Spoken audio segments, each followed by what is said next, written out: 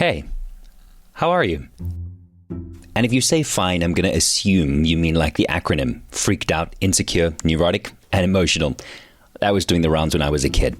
Back then, I would laugh because it sounds silly. Now that I'm in my 40s, I laugh because it's true. Have you heard of the term lifequake?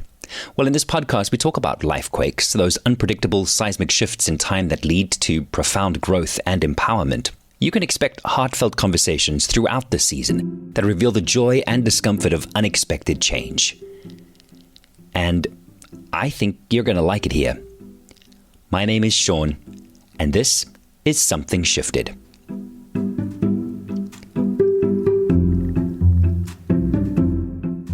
Today's story belongs to Zuraida. My mom died when I was 33, and even then, like 20 years later, there was still no discussion around that day.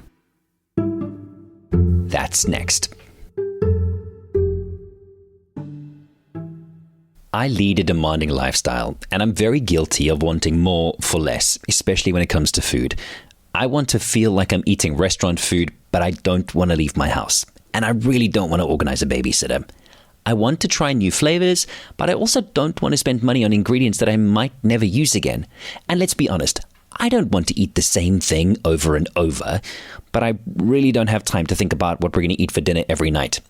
You know what I mean? Well, YouCook changed all of that for us. We choose what we want to eat, and YouCook delivers all of the ingredients perfectly portioned right to my door. No more standing in queues to weigh my fresh produce. No more impulse buys sneaking their way into my trolley. YouCook is always adding new recipes to choose from, and I've even picked up some new skills thanks to those easy-to-follow recipe cards. And because YouCook gives you exactly what you need for each recipe, we never waste any food. YouCook has been an absolute game changer for us because everything is just so simple. I love the convenience, I love the variety, and the flexibility to go carb-conscious meals for 1 week, and then when Rue's folks come to stay, we might switch to fan favorites or combine the two. The hardest part is deciding which of the meal kits to order every week because everything on the website looks amazing. Meal kits, frozen crafts, desserts, weekend boxes, lunch boxes, pizza, wine, they've got it all. And you can have it all too. Go to youcook.co.za and use my code #SHIFT50 and get a whopping 50% off your first order. That's right, shifters. Go get it. That's youcook.co.za and use the code #SHIFT50 at checkout, exclusive to Something Shifted listeners, and get 50% off your first order.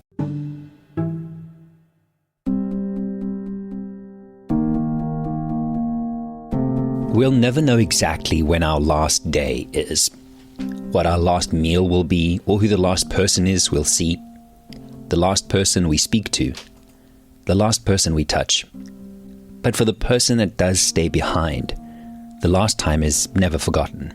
My dad was working a night shift that evening, and I went to his room, and he was sitting up in bed, and he had these chest pains, and he was groaning.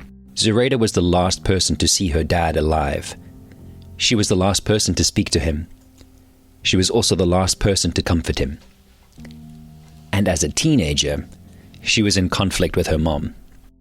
And I said to him, come get up, Dad. And I could tell that something was wrong, but I didn't call for my mom. And then I just sat with him. I think I was rubbing his back or touching his back, and then he just toppled over in front of me and was dead. And then I started screaming. I vividly remember getting onto the bed and just jumping up and down, like screaming. And it felt like it took the longest time for my mom to actually come upstairs. I don't know why they took that long, but they took a really long time. And, they tried to give him mouth to mouth, and I then hid away. I remember hiding away. It was still those days where the doctors would come to your home. And so a doctor came to our home, and he just walked down the stairs, and he looked at me and he shook his head. And I guess that was, he's dead. Yeah. The next morning, rising to her feet, filled with grief and confusion, feelings of indescribable loss, Zuraida polished her school shoes and headed off to class. No one said to me, Zuraida, would you like to stay home?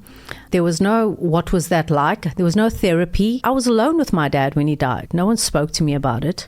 It was certainly my first entry into the feeling of abandonment and profound loss, and also the start to my hypervigilance, my hyper-independence, my hyper-burnout. I don't come from a family that communicated. There was no processing that happened when he passed away. My dad was Muslim, and Muslim people get buried, kind of immediately when they die. My dad died on the 22nd of March and was buried on the 22nd of March, and I went to school the next day. There is an undeniable shift in the way you see the world when you watch a loved one take their last breath. And when you're dealing with regular teenage feelings of insecurity, peer pressure, and pimples, your brain is trying its utmost to make sense of the trauma, the only way it knows how. And so all this coping led to a lot of dysfunctional behavior. And when I say dysfunctional, I'm not talking about sex, drugs, and rock and roll. I'm talking about just coping and trying to achieve more and more and more, and becoming hyper independent because I was so scared that no one was going to be able to take care of me. So I had to make sure that I could take care of myself. My mom didn't say to me, Zuraida, we've got no money. I mean, my mom didn't work, but my dad certainly didn't leave, money. My sister's 12 years older than me, and so she'd been working at the time. So she definitely helped us financially, but no one put pressure on me to go out and work. No one put pressure on me to achieve. I did that to myself. So my dad's loss was what I made sense of what abandonment was. And that was because no one spoke to me. No one spoke to me or helped me process stuff. I mean, the fact that I went into broadcasting is no surprise. I've always been a communicator, and I've always loved and enjoyed and celebrated speaking about feelings. And I would speak to my mom about my feelings all the time. And she inevitably would make fun of me, and so would my aunts. In fact, that very day, the reason I went upstairs to go and be with my dad is because I was trying to speak to my mom about something, and she wouldn't listen to me. And so I walked away, and my aunt actually said, oh, she's going to go and write a letter, because that's what I used to do. I used to write letters, when I didn't feel heard. And then I went upstairs to my dad, and that's when all of that happened. But I used to write letters to my mom all the time because I just did not feel heard. Grief has a way of forcing us into places and spaces we don't normally choose to go. A landscape that we never intended to visit, and one that doesn't offer a break. It's kind of like walking into a dense forest. On the outskirts, you can almost see some familiar paths of your old life with friends and loved ones standing there at the edge, peeking in. There's a part of the wilderness that is yours to navigate alone. This universal journey is distinctly different for each individual who walks it. I've stumbled through this forest a few times, but not the kind of forest that Zuraida has journeyed through. I think much of my teenage years and 20s was spent in fight or flight mode. It was spent in just trying to cope, trying to keep my head above water. I found a part-time job when I was 13 years old. By the time I was in matric, I was paying for my own school fees, for my own uniform. And then when I was 27 years old, I was at 5FM, and I had just finished Strictly Come Dancing. I'd won that reality TV show. I was so burnt out. I woke up one morning and I had a complete bald patch in the front of my head. I had alopecia areata, and the doctor said to me, you are completely stressed out. And it had been like so many years. I resigned from 5FM. I was one of the first people to resign. I mean, in radio, no one ever resigns. You either get fired or your contract doesn't get renewed. I resigned, and Josh and I went to America on a 5-year sabbatical, and it was one of the biggest, most beautiful gifts we could have given to ourselves. But yeah, that was a huge shift in my life.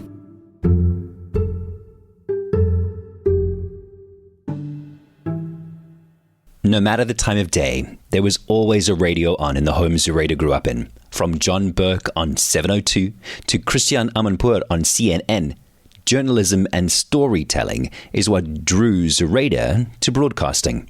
And that at the time wasn't linked to fame and fortune. So it really was an honest attraction. Using my voice to speak to lots of people, and now I also know psychologically where it comes from.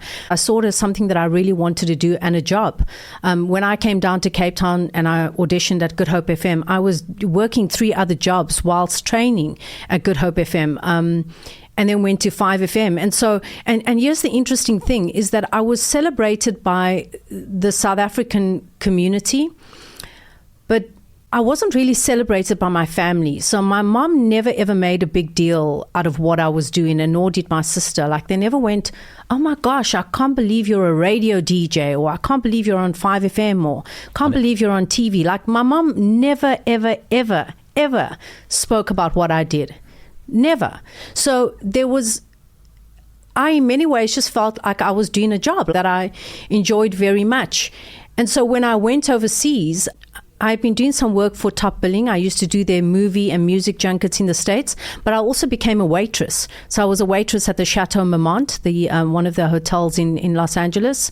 And I would have moments where I would go to the Four Seasons Hotel to go and interview Keanu Reeves or Ryan Gosling, or, any one of those figures, The Rock. And then that night I'd see them at a catering function at the Chateau Marmont. So I would go from, being all glammed up as a so-called journalist, and then that evening I'd be their waitress. So I didn't ever feel, I don't know if important's the right word or celebrate is the right word, but I didn't feel special. Let me just remind you that Zuraida made media history as the first female to host a daytime slot on 5FM. She also hosted the reality TV show Big Brother and won the very first season of Strictly Come Dancing SA. So while her family may not have celebrated her achievements with her, the South African public were paying very close attention. There were times when I would feel like an object, like you walk through a shopping center and then people are talking about you. And I remember hating that feeling. Like, why don't you just come up to me and say hello? I'm not a vase, speak to me. Mm-hmm. And so that's always, and in fact today it still doesn't sit well with me. If I walk past a group of people and they talk about me, I get really uncomfortable. I'm like, if you acknowledge me, like, come and say hello. Like, let's talk, say hello. I've often wondered how someone that is really well known feels about the fame that they've acquired. And in Zuraida's case, we know that she wanted to follow in the footsteps of established journalists. That's why she got into broadcasting. So when the public who have watched you on TV and heard you on the radio, seen you in magazines for years, when they've developed a picture of who you are and what you're about, how will they react when you emerge from the other side of this dense grief forest, changed and ready to pursue a new dream? What I do know is that when I wanted to shift into health and wellness, I was so scared that I wouldn't be taken seriously by the South African community. I was so scared that they were going to go, oh, who does she think she is to go from being a radio DJ or television host, wanting to tell us now how we should breathe or how we should think or feel or act. And so getting a degree was twofold. First of all, I came from an uneducated family. Both my parents hadn't finished school. I didn't have good marks when I was in school. And even if I did, we certainly didn't have the funds for me to go to university. So there was a longing for formal education. And so I applied at Wits University to study psychology. And I became a full-time student. I was 40 years old with 18-year-old, 19-year-old students. And I wanted to break that generational narrative of my family not being educated and no one having a degree, to me breaking that cycle. And I'm now embarking on my PhD. I haven't stopped studying for the last 10 years. At first, it became about having to get the credentials so that I am taken seriously. And now it's more about my love of learning. I mean, if you had said to me 10 years ago, you're going to love academia and research and data, I'd be like, no, wrong person. And yet here I am,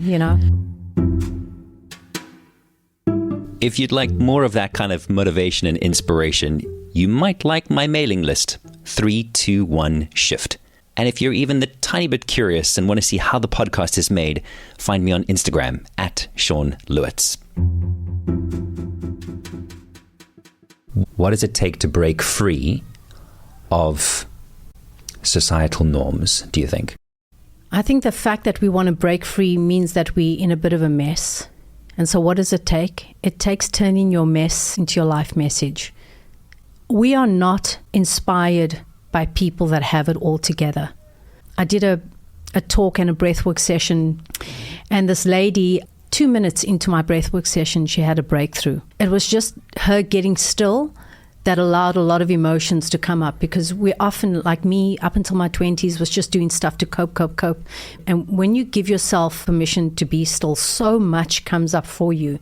And in the 2 minutes that she gave herself the gift of being still, she just had a breakthrough and started crying. And she said to me afterwards, I'm so embarrassed that happened, because, I've got my staff around me and I didn't want them to see me in that position, and they look at me for strength and blah, blah. And I just said to her, do you even realize how powerful that moment was for your staff? They don't want to see you as someone that has it all together. They want to see their leader as someone that is human. And we need more of that.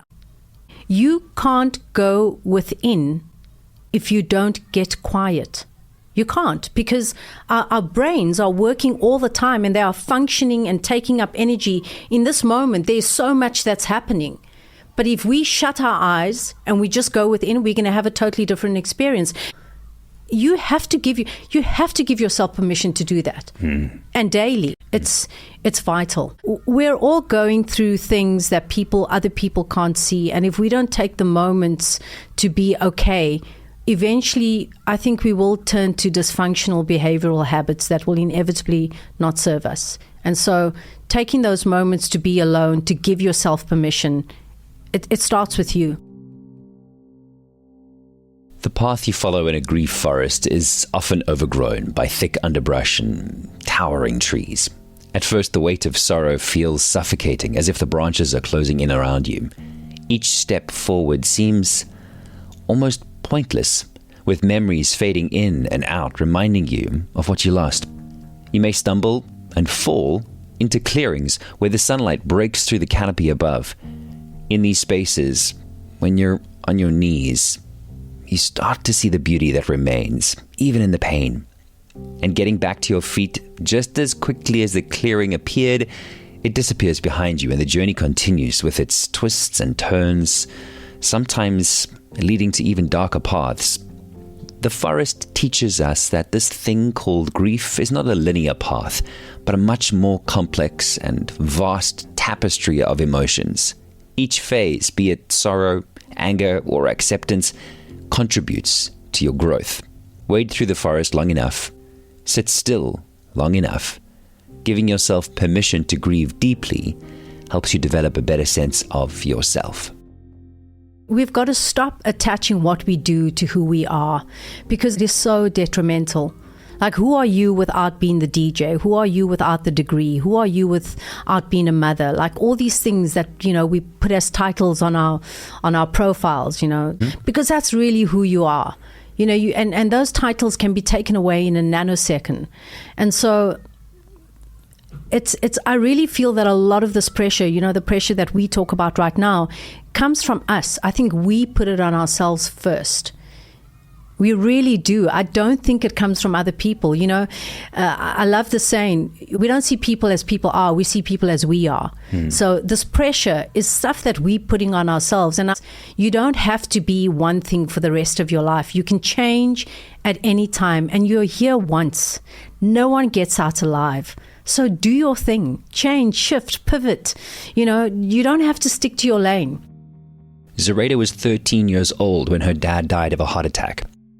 Growing up in a household that didn't communicate or share feelings meant that Zuraida turned inward. Her immense loss was internalized and translated into a sense of abandonment. And when you experience abandonment coupled with being othered, you quickly start believing that the only person you can rely on is you. I am a huge proponent of not being a victim. My dad's passing could easily have made me a victim, but it didn't, because I chose for that not to happen. I've taken that cataclysmic moment, and it's inspired me to be the best version of myself.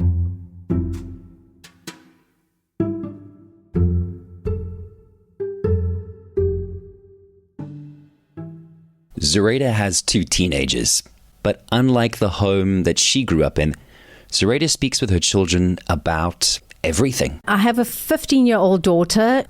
She challenges me a lot, and she reminds me a lot of the time that I have innate behaviors of my mom coming up. There's certain things that we adopt through learned environments. Like, so for example, my kids, whenever I call them, their response is always, "Are we in trouble?" And they're never in trouble because we talk about everything. Just unlike my home where we spoke about nothing, in my home we talk about everything. But I have a voice that is clearly laden with trauma and pain. And when I call their names, it comes out. So she teaches me all the time to become aware that I am no longer in fight and flight mode. She teaches me that all the time. She's a wise little soul. My son is a completely different personality. I have a really special bond with my son. My husband's mother really was gaga over her two sons, and I used to find it so irritating. I remember when we got married, she was like, "I'm going to walk you down the aisle, Joshua." And I was like, absolutely not. That is not what a mother does with her son. And then I had my son, and the first thing I said to him was, "I'm going to be walking you down the aisle." My son is, he's Pisces like me. So we're very much connected in that we're both really, really sensitive souls. I'm very close to both my children. They're very different, and we've decided to keep them. Oh, good. I'm sure they're relieved. Your kids might never listen to this, but in the context of a podcast living online, potentially forever, is there anything that you'd like for them to know about how you grew up and how you've developed and the mindset that you've developed? Is there something about you that you hope they carry with them as they continue to get older in years and have their own families? Yeah. Wow, what a powerful question. I think I'd like to say that I'm really grateful to have the kids that I do, because I speak to them very openly about where I come from, because I put a lot of where I come from onto them, and I know that sometimes it brings pressure. So, for example, I didn't have any material stuff growing up, and so when they lose something or they break something, they hear about my life story. Or, my kids go to good schools and I didn't go to a good school. And so I throw that in their face too. I didn't get that. And through all of that, they know that when they compare me to their father, I didn't come from privilege at all. And they honor me often with that. They honor me often and say, "I'm sorry that didn't happen in your family." And it's really powerful because young teenagers are not supposed to do that, and they don't usually do that. And so even though I am their parent, I feel so seen by my children. I feel like I'm not their leader, that we're just all walking each other home. Wherever home may be, I feel like they walk me home and I walk them home. Hand in hand. Yeah. That's a beautiful sentiment.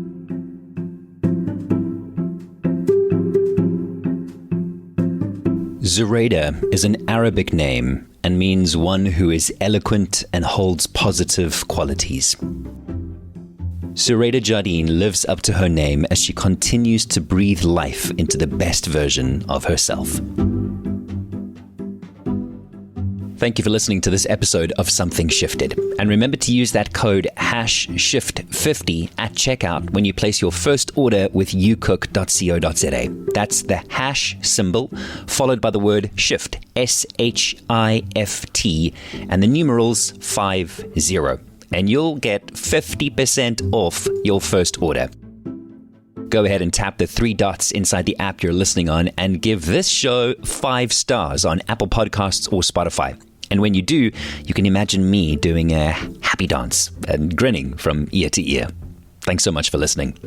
Follow Something Shifted on Apple Podcasts or your favorite podcast player and share this episode with your friends and family.